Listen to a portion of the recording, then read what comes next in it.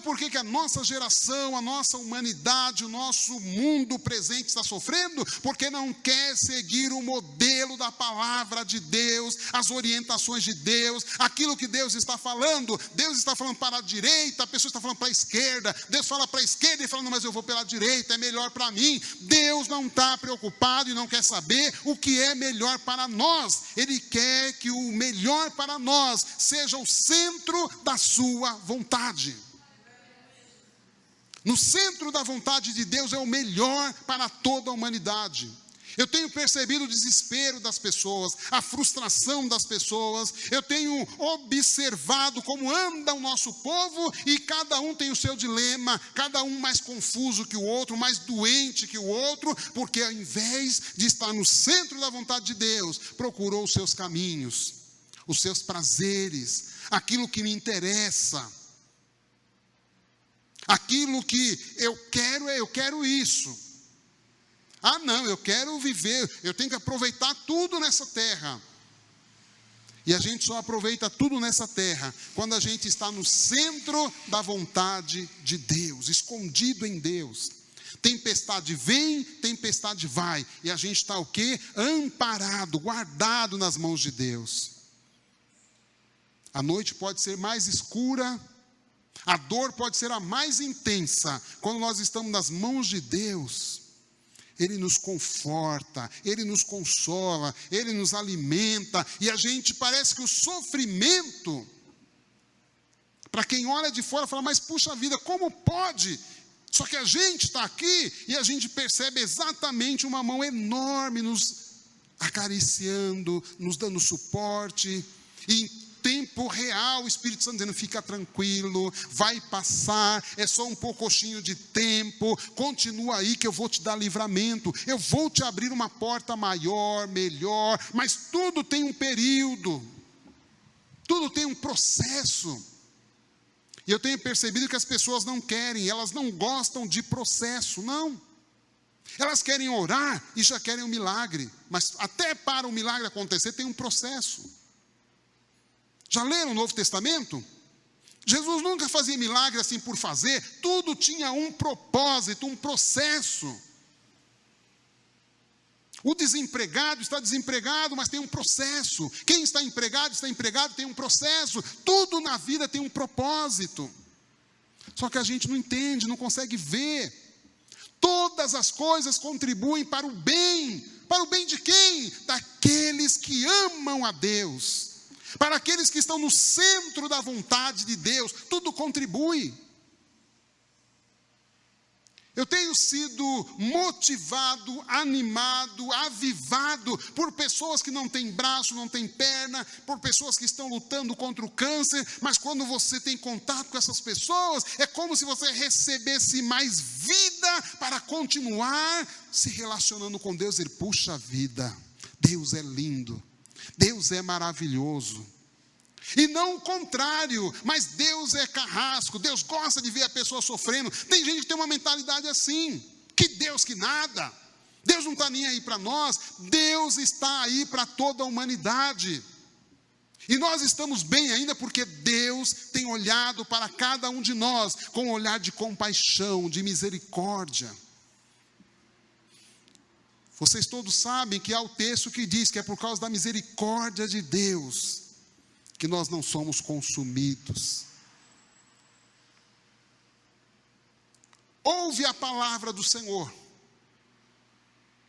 Se atentamente ouvir a palavra do Senhor, ouvir a voz de Deus, bendito serás em toda a terra, bendito serás ao entrar e bendito serás ao sair.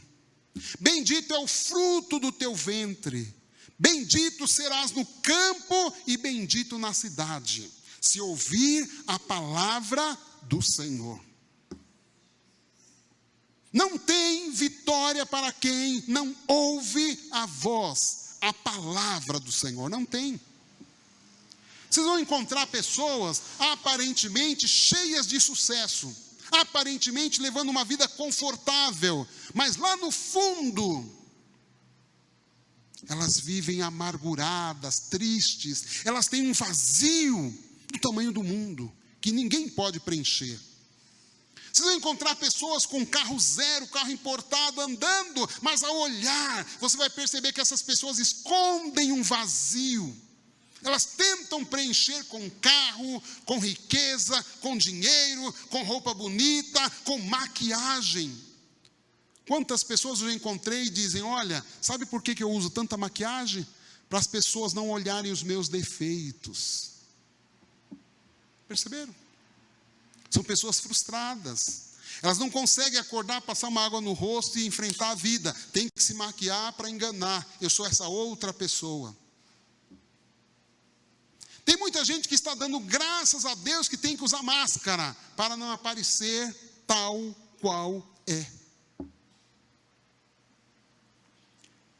Se atentamente ouvir, a bênção de Deus acompanha. Isso é um relacionamento, é uma promessa que Deus faz.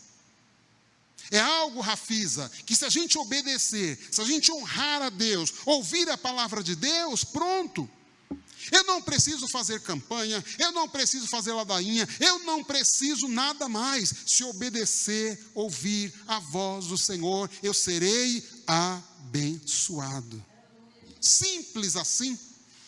Eu não preciso seguir a ou B, eu não preciso fazer uma confissão positiva, eu não preciso ficar toda hora me auto-justificando, não, eu só preciso obedecer a voz do Senhor, a voz dos profetas.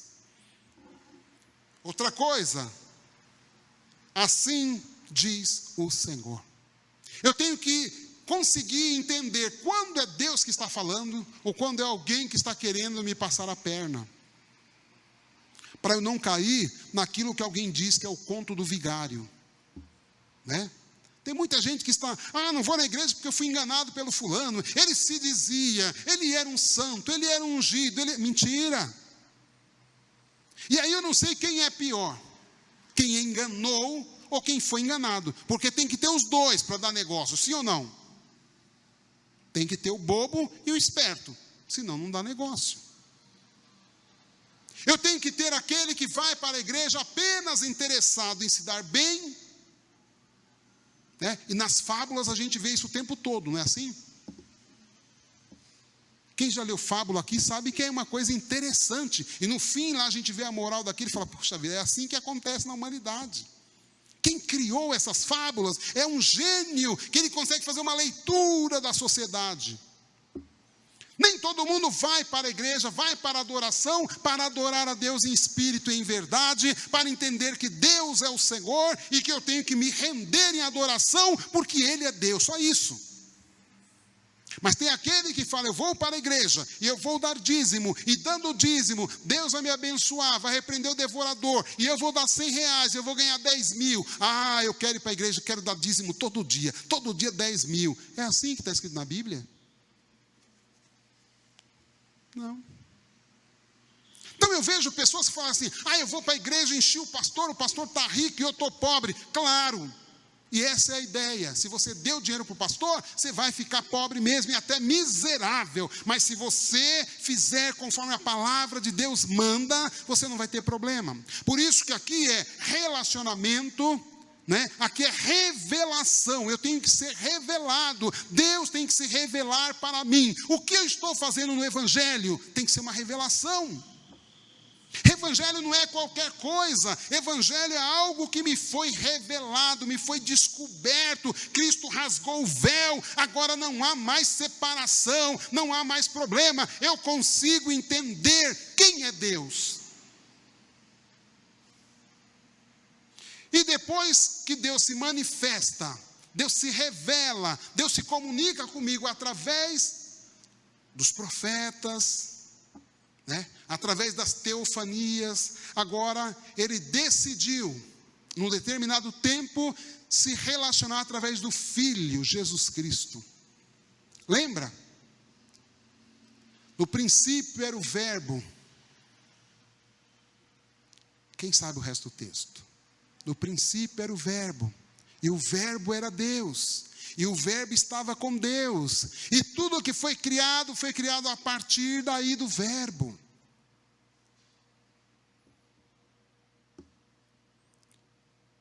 Hebreus vai nos dizer que Deus decide se revelar através do seu Filho Jesus Cristo.